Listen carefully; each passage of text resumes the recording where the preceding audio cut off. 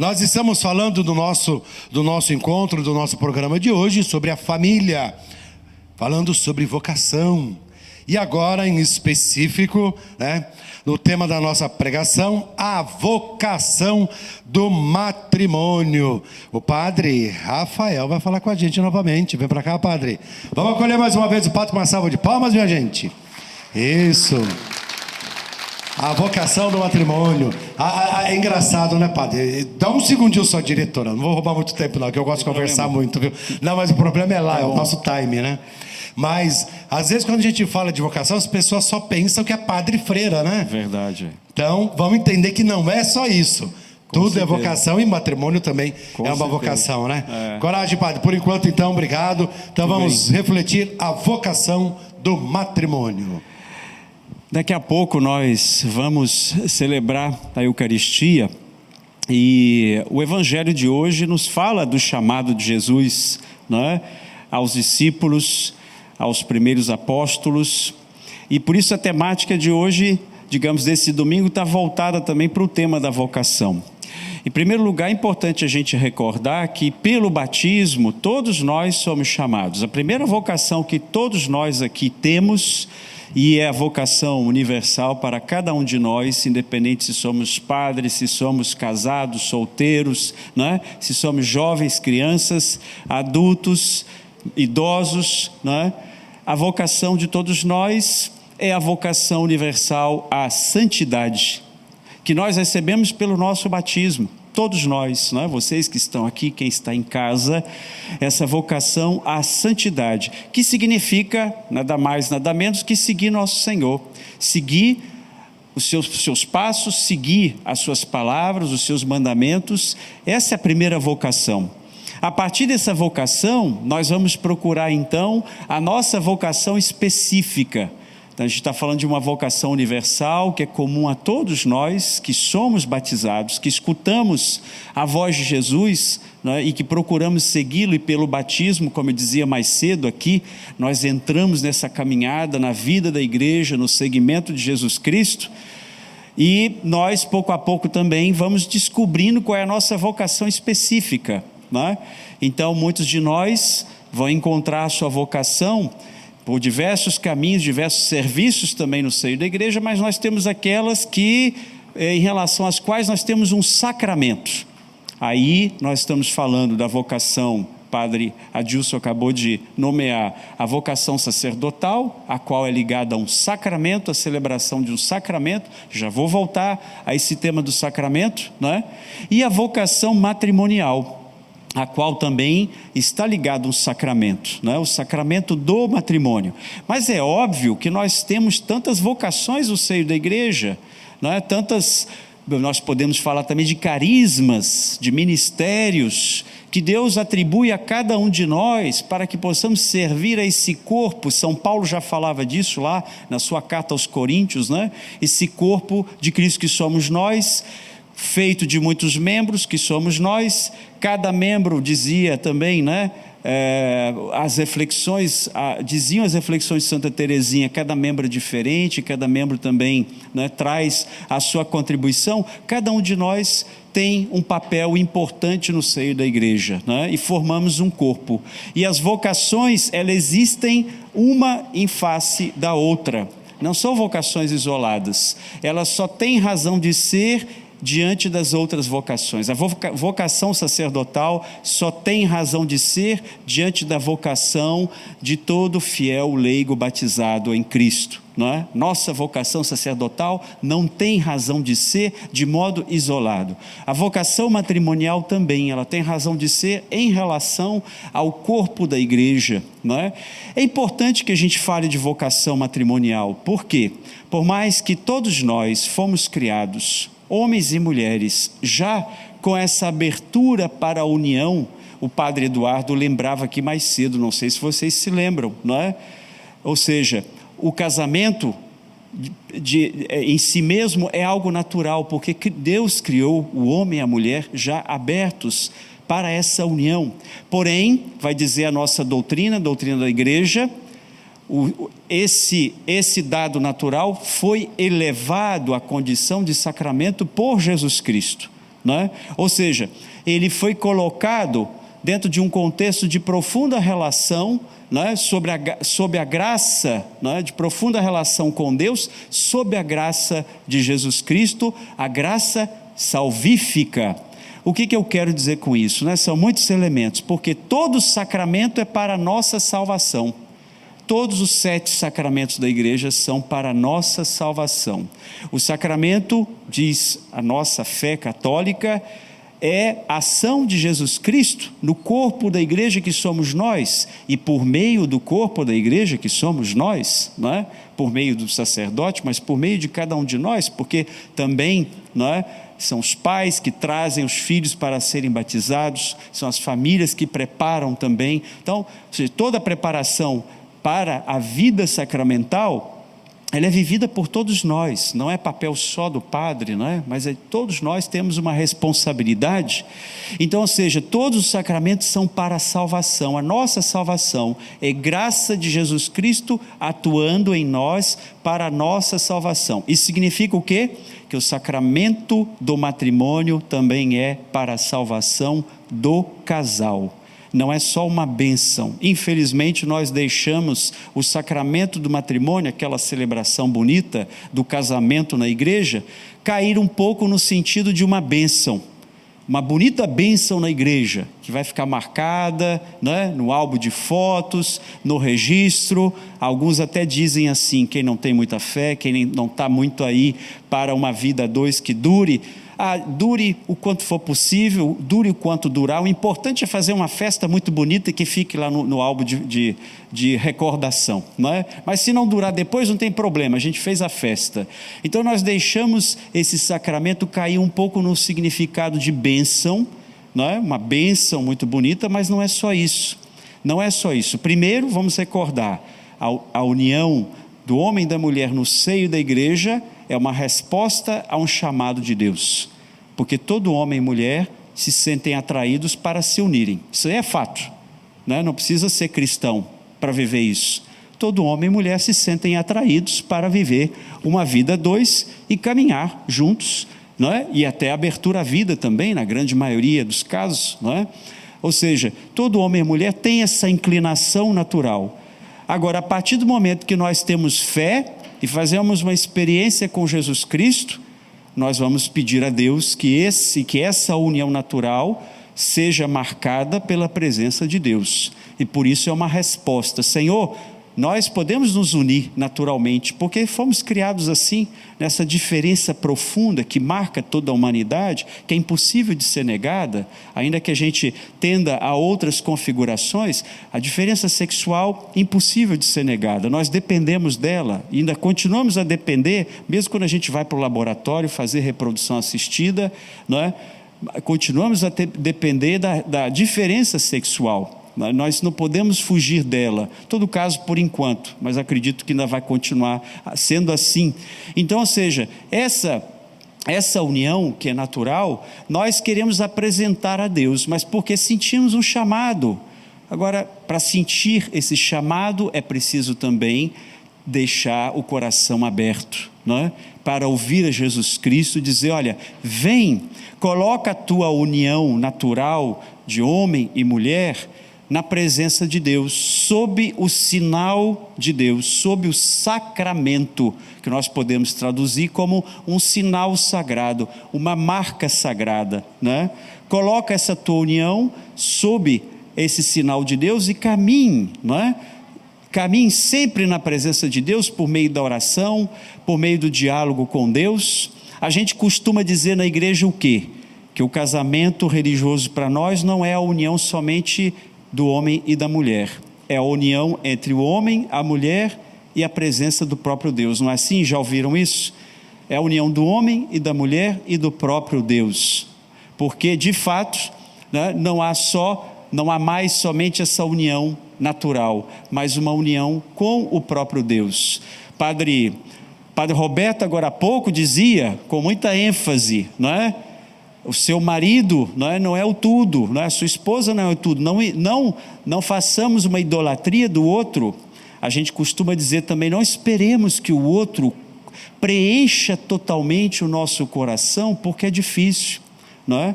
Não vai acontecer isso. A outra pessoa não vai preencher todos os desejos do nosso coração. Por isso que a gente precisa manter o coração aberto e os dois caminharem juntos para aquele que pode preencher totalmente o nosso coração e a nossa vida. Senão a gente se desespera. Aí a gente vai querer sempre a união perfeita que nunca vai existir. Aí alguns dizem assim, eu vou me separar, vou me casar de novo porque eu vou encontrar a união perfeita. Aí ele vai se dar conta que, de novo, as imperfeições, né? Os desafios aparecem novamente e a gente vê que o outro não é perfeito e não preenche totalmente o nosso coração. Não estou dizendo com isso que a gente não tenha que procurar um relacionamento que seja minimamente construído na harmonia, no diálogo, no entendimento, né? No respeito mútuo. É importantíssimo, obviamente. Agora, a perfeição a gente não vai encontrar no outro. O outro sempre vai trazer para nós, tem essas imperfeições, mas mesmo sendo imperfeito, eu te escolho e vamos construir um projeto de vida juntos. E é isso que nós somos chamados também, quando a gente fala de vocação, a transmitir para as novas gerações. Porque a gente diz assim, mas é tão difícil hoje, não é, falar do casamento, falar do matrimônio. Mas vejam, no coração das pessoas há sempre um desejo do amor, de encontrar o amor, de se realizar no amor. E hoje, no meio da juventude, isso não mudou. Pode haver uma certa dispersão, mas o desejo continua. A gente quer encontrar um amor e queremos encontrar uma pessoa com quem construir um projeto de vida. Talvez a maior dificuldade seja justamente esse aspecto. Construir um projeto de vida comum, que é um problema que não é só nosso, não é um problema só da igreja, não é um problema, o que eu quero dizer, não é? O fato de construir um projeto comum que vale a pena ser partilhado, uma vida comum, é um desafio para a sociedade hoje, é um desafio para a igreja, porque nós somos educados num mundo muito individualista, e não queremos projetos comuns, a gente quer o meu projeto, não é? A gente é educado a fazer o seu próprio projeto, não é?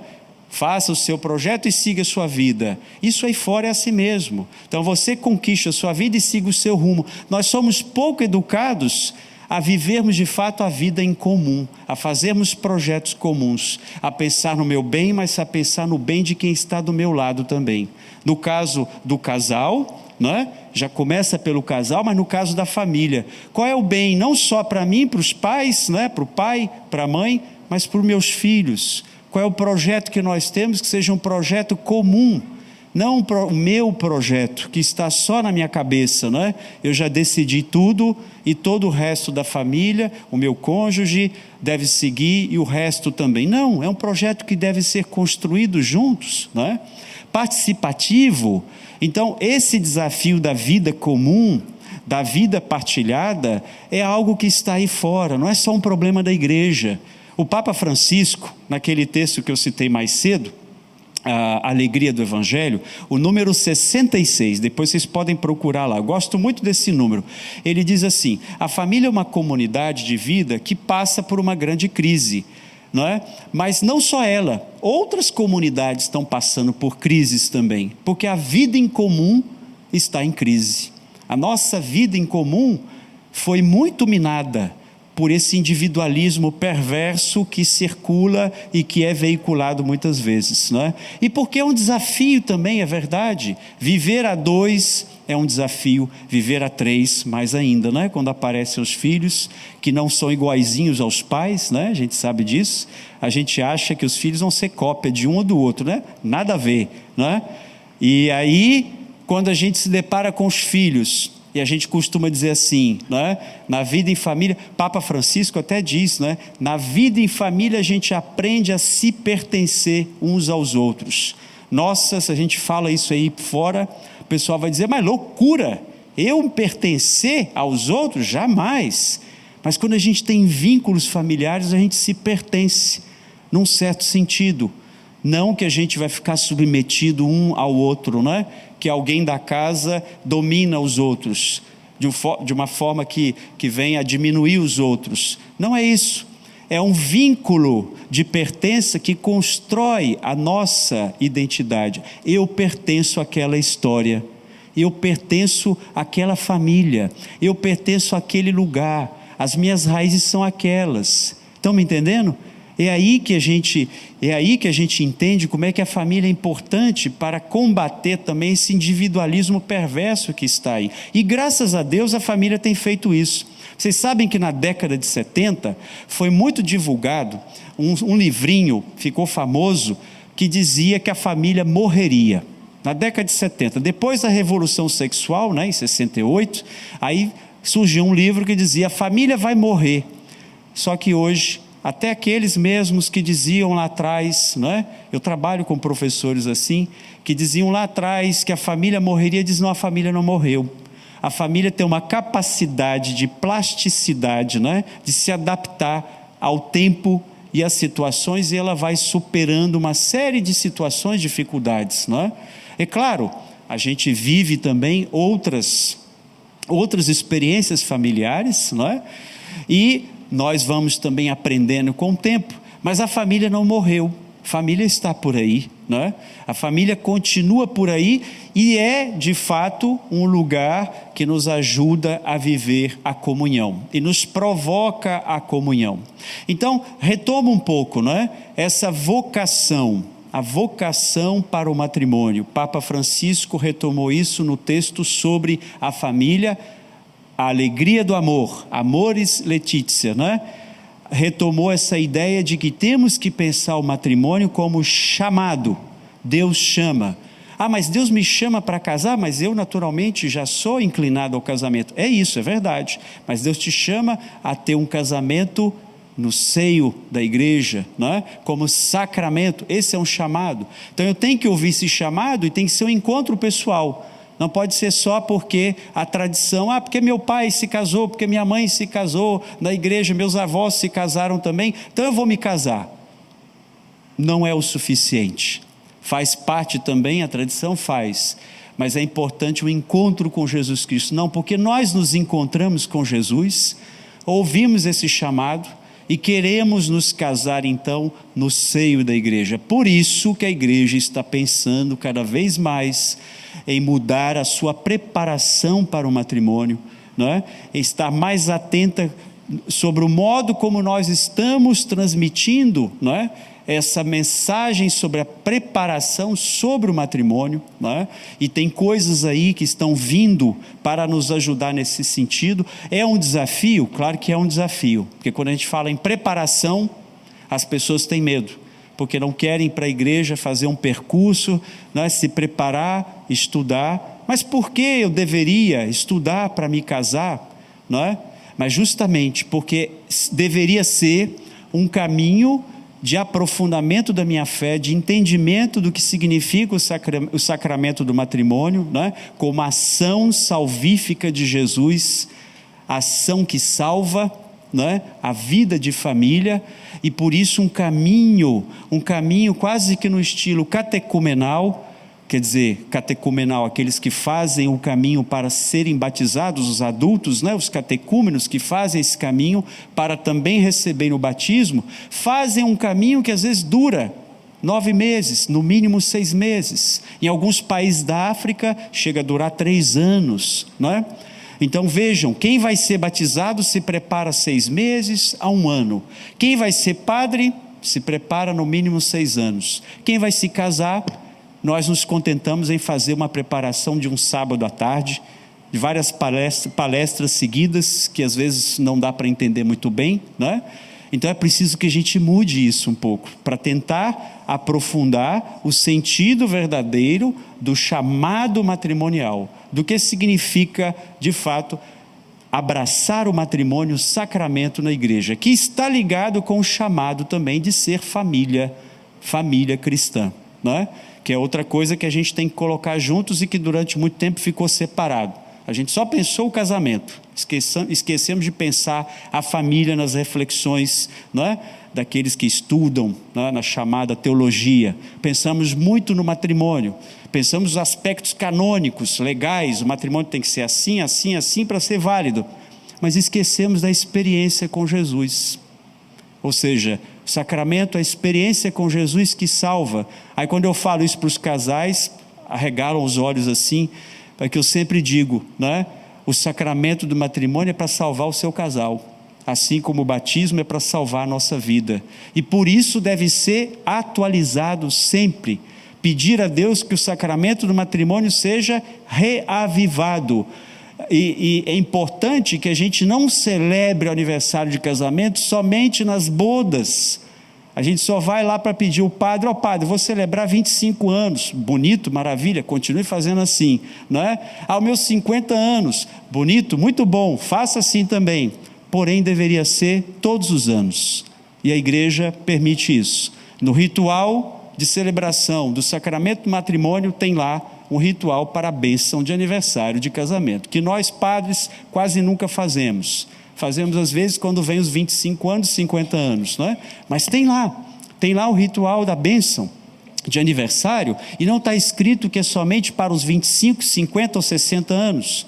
Pode ser celebrado, deveria ser celebrado todos os anos, porque assim eu peço a Deus que o meu sacramento, o sacramento do matrimônio, me ajude a caminhar na presença de nosso Senhor, e a estar na sua presença, e a viver segundo a sua vontade, a superar as crises, não é? A procurar novamente entendimentos, a procurar reconciliação quando é preciso, perdão, não é?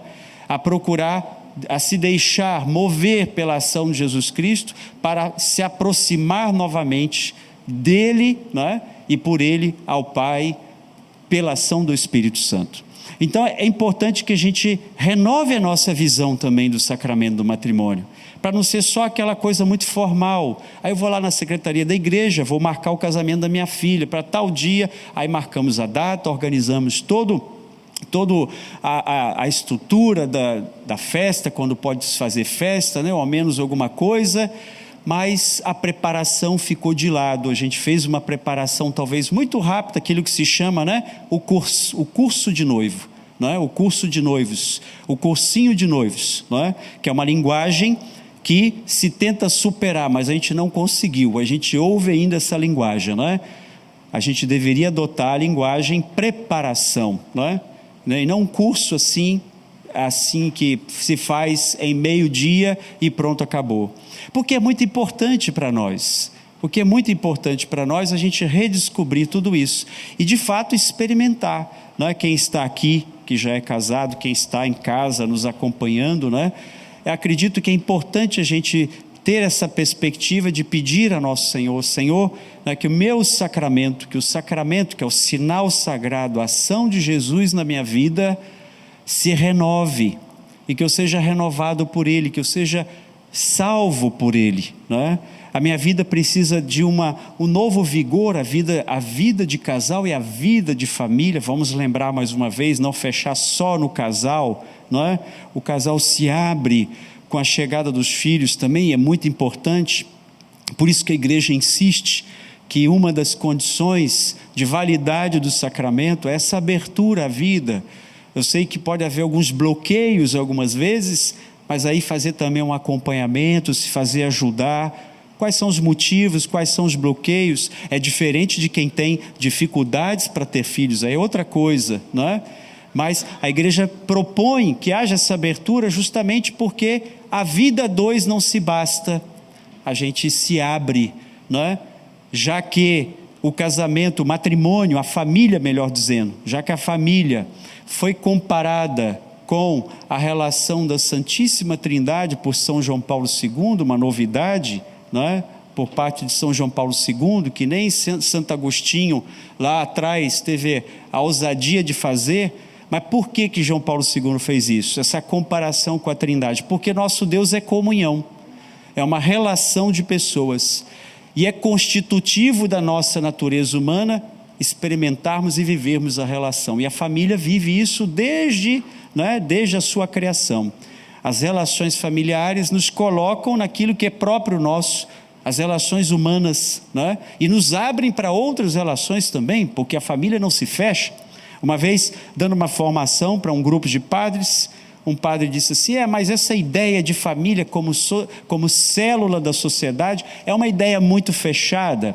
Aí eu respondi dizendo assim: Depende como a gente pensa a célula. Se eu pensar numa célula totipotente, né, pluripotente, uma célula que se desenvolve, se partilhando e criando outras células, jamais vai se fechar. É assim que a família vive, a gente não se fecha, a gente se multiplica e tece essa rede de relações humanas, né, essa rede de relacionamentos humanos, familiares, que é o que nós desejamos, não é? Proximidade. A família diz e dá para nós esse tom de proximidade nas nossas relações humanas, para que elas não fiquem relações frias, não é? Relações muito distantes e mecânicas, porque vamos aos outros simplesmente quando temos necessidade de cumprir alguma, de solicitar algum serviço, não é? Mas a família sempre traz esse lado mais, digamos, próximo, mais de comunhão, de um ambiente um pouco mais, né, de vida, que traga calor, não é? Que traga amor e que faça também circular esse amor, não é?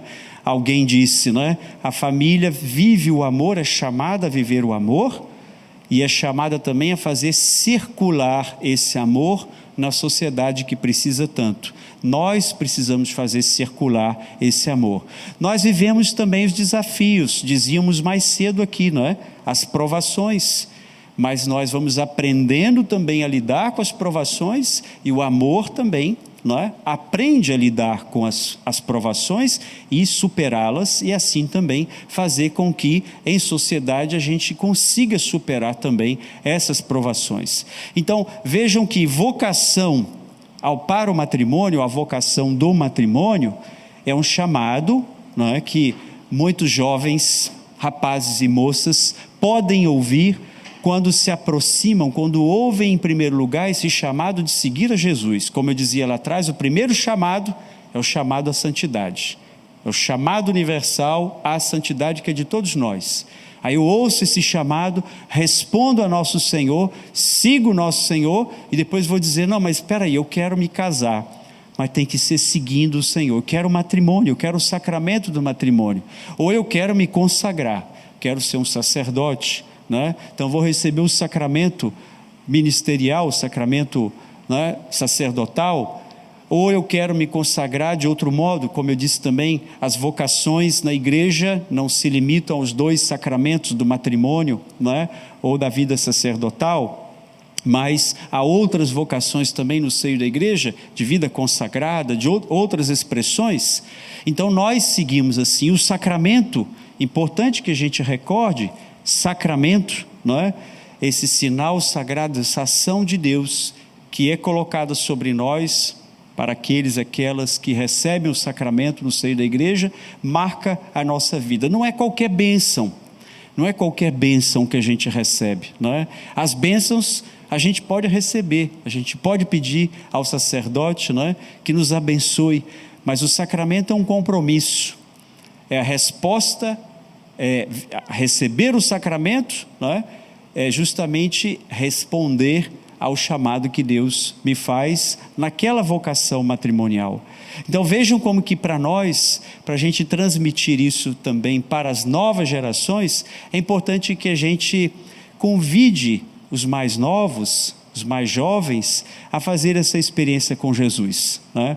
Padre Roberto, agora há pouco, eu dizia para ele ali, né? Ele fez para nós aqui já uma pregação extraordinária no sentido de trazer para nós a espiritualidade, essa experiência profunda com Deus, né? Tirar da nossa vida aquilo que não nos ajuda e a ver de fato aquilo que nos faz avançar com o nosso Senhor. Estarmos atentos nesse sentido, né? E colocar toda a nossa vida de família, nossa vida conjugal.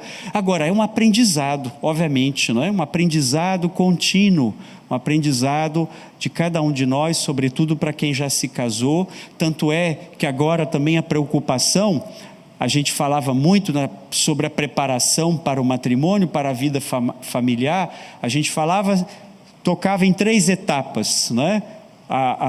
As etapas que estavam mais distantes, né? Remota, próxima e imediata. 3 etapas. Agora a gente está falando de uma 4ª etapa, que é a etapa pós-matrimônio.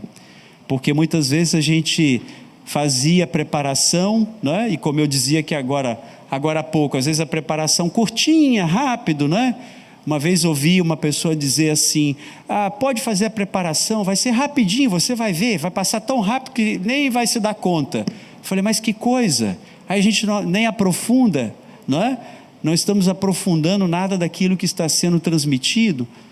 Estamos preocupados mais em passar logo o tempo para se desvencilhar daquela preparação.